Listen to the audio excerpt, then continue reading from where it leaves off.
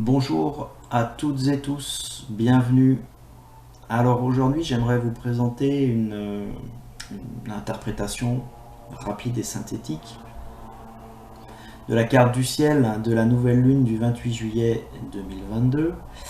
Et je me suis posé la question en tant qu'étudiant, tiens finalement on a beaucoup de choses à interpréter sur une carte.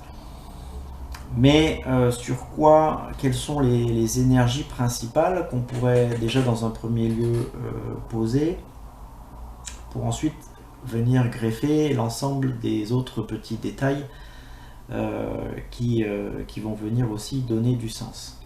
Alors, sur cette carte-là, évidemment, la chose auquel j'aimerais donner du crédit dans un premier temps, eh bien, c'est cette relation entre le lion et le taureau. Alors pourquoi? Parce que effectivement, on peut se dire que ce carré là entre ces deux signes euh, va avoir une importance non négligeable étant donné le nombre de planètes concernées. Alors ici, effectivement, le lion, on va voir les trois planètes, dont les deux luminaires et Mercure, donc qui va nous intéresser.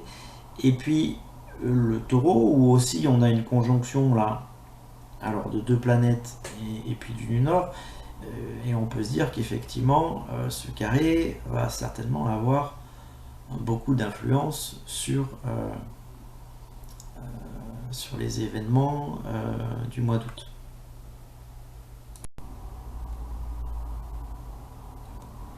Alors avant de regarder les aspects proprement dit des planètes entre elles, peut-être qu'on peut essayer de se poser des questions dans un premier temps sur pourquoi sur le zodiaque le taureau et le lion sont en carré. Alors le carré, comme vous le savez sans doute déjà, ce n'est pas un aspect facilitant. Voilà, c'est un aspect qui va impliquer des situations conflictuelles et des difficultés à dépasser.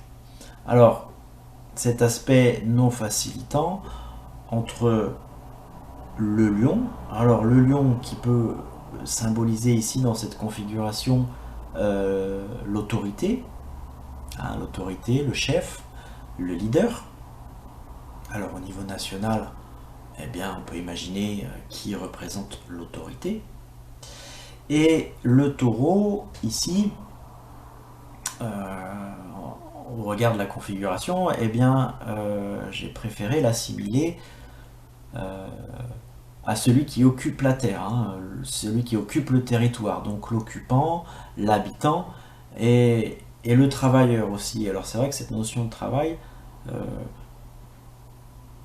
elle m'a été inspirée effectivement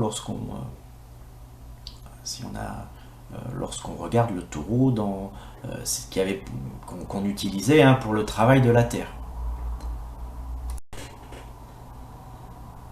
Alors maintenant, si on regarde un petit peu les maisons concernées, qui sont les maisons dominantes, hein, donc la maison 7 et la maison 4. Alors en ce qui concerne le lion est positionné en maison 7 et les maisons 7, la maison 7 ce sont les partenariats, les contrats et les associés. Et en ce qui concerne le taureau, la maison 4, c'est la maison de la famille, c'est la maison du clan, c'est la maison du peuple. Donc ici, on a un petit peu confirmation qu'effectivement, il est possible d'avoir des rapports un petit peu difficiles entre une autorité, entre les contrats qui sont faits entre une autorité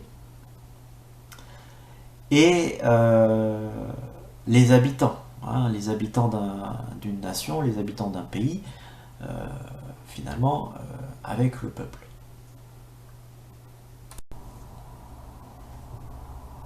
Alors si on veut regarder un petit peu les relations entre ces deux signes sous l'angle de leurs caractéristiques, on sait que le taureau est un signe de terre, que le lion est un signe de feu, qu'ils sont plutôt complémentaires en termes de polarité, parce que le taureau est plutôt passif-réceptif, alors que le lion est plutôt actif et émissif, et que ce sont deux signes fixes. Donc ça va être deux signes qui vont avoir tendance à rester un petit peu campés sur leur positionnement. Bien justement, d'où la difficulté, peut-être, d'où le carré. Et en même temps, on nous donne aussi peut-être déjà un petit peu la solution, hein, comment dépasser ce carré. On voit que parmi les caractéristiques élémentaires, ce sont deux signes où le sec ressort beaucoup, et ça va nous demander peut-être, pour dépasser un petit peu ce carré, d'ajouter, de donner un petit peu de l'humidité. Alors qu'est-ce que ça veut dire, donner de l'humidité? Eh bien, faire rentrer peut-être un petit peu l'émotionnel, le ressenti. On peut voir aussi mettre de l'eau dans son vin. Et bien justement, pour favoriser cette complémentarité, lorsque chacun aura trouvé sa juste place en ces termes, eh bien il y aura une association possible. Donc si on regarde maintenant les planètes concernées par le signe du lion, eh bien on a notre conjonction Soleil-Lune en maison 7, et puis on a aussi Mercure. Alors le Soleil en Lion, a priori, évoque plutôt des qualités de cœur, des qualités de don. Hein, on a un signe vraiment généreux dans le signe du Lion. Et la Lune, qui est l'astre maternel par excellence, en Lion, va plutôt évoquer des qualités de bienveillance et de protection. Donc, c'est la question qu'on peut se poser. Et effectivement, est-ce qu'actuellement, les autorités mettent en œuvre les dispositions, effectivement, dans de bonnes intentions? C'est la question qu'on peut se poser. Alors, avec Mercure, justement, qui fait partie de l'amas planétaire ici en Lion, Mercure qui est la communication, donc qui représente les annonces, les communiqués, mais en Lion qui peut aussi évoquer la mise en scène, le fait de vouloir apparaître. Hein. Donc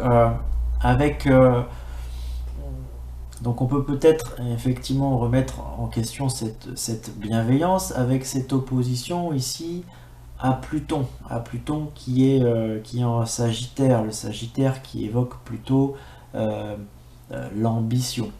Donc est-ce qu'on n'est pas prêt à faire miroiter finalement des qualités de bienveillance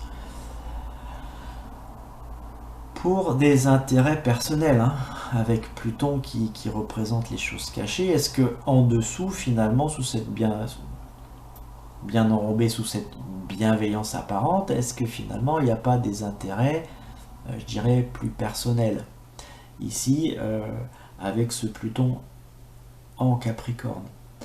Alors,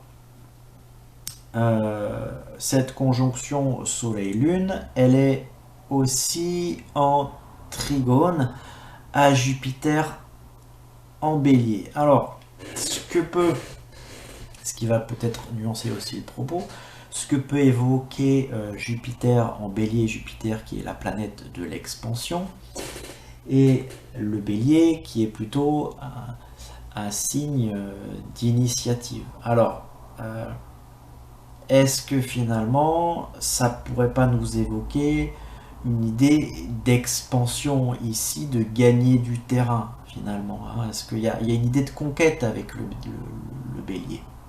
Donc est-ce que de la part de cette autorité,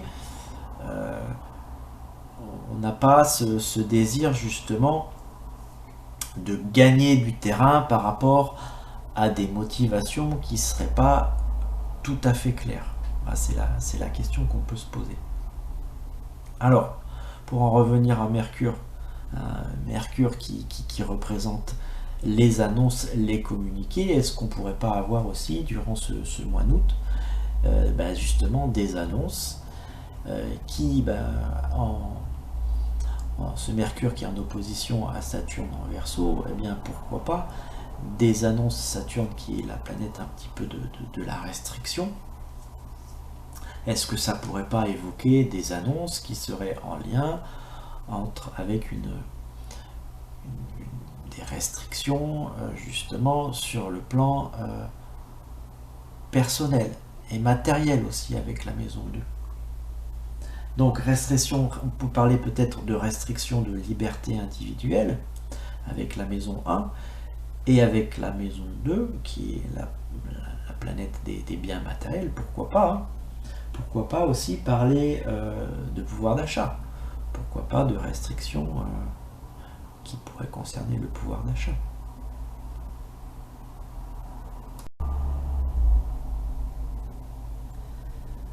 Alors qu'est-ce qui peut se passer de l'autre côté maintenant en face des autorités?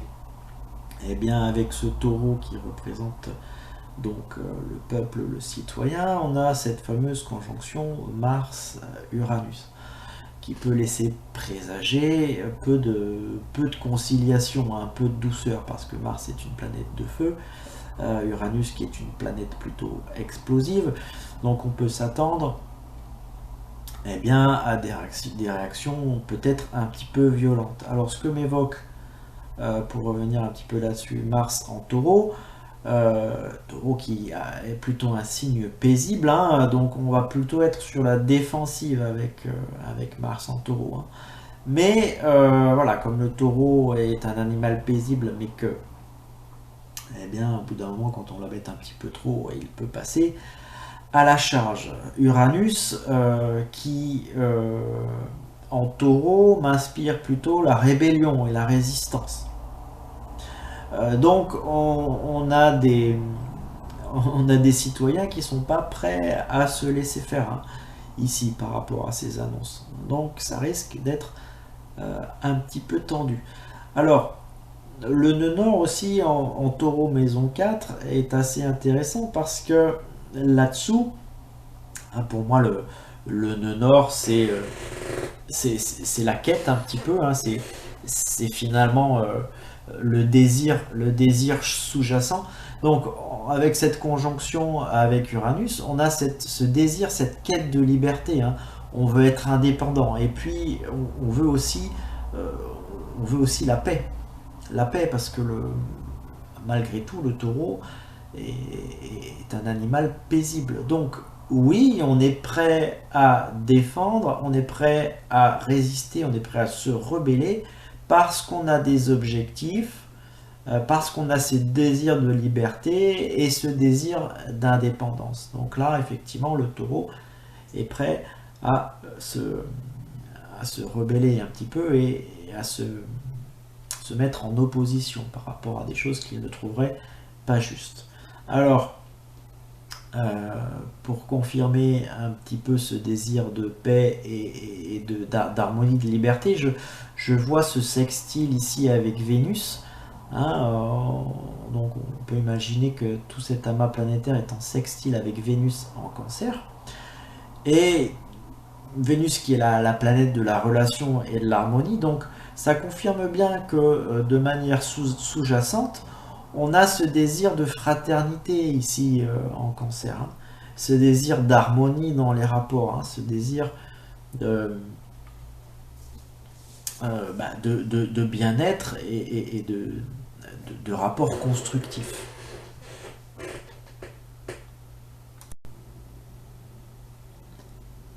Voilà, je vais en rester là pour aujourd'hui, parce que comme je vous l'ai dit, l'idée c'était vraiment de faire ressortir les idées générales de cette carte sans rentrer trop dans les détails. Si vous avez des commentaires, n'hésitez pas. S'il y a des choses qui vous semblent peu claires ou qui vous semblent avec lesquelles vous n'êtes pas d'accord, n'hésitez pas non plus. Hein. Je fais ces vidéos, je vous propose ces vidéos avant tout pour apprendre moi-même et pour échanger. Donc voilà. Je vous souhaite une bonne journée et je vous dis à bientôt.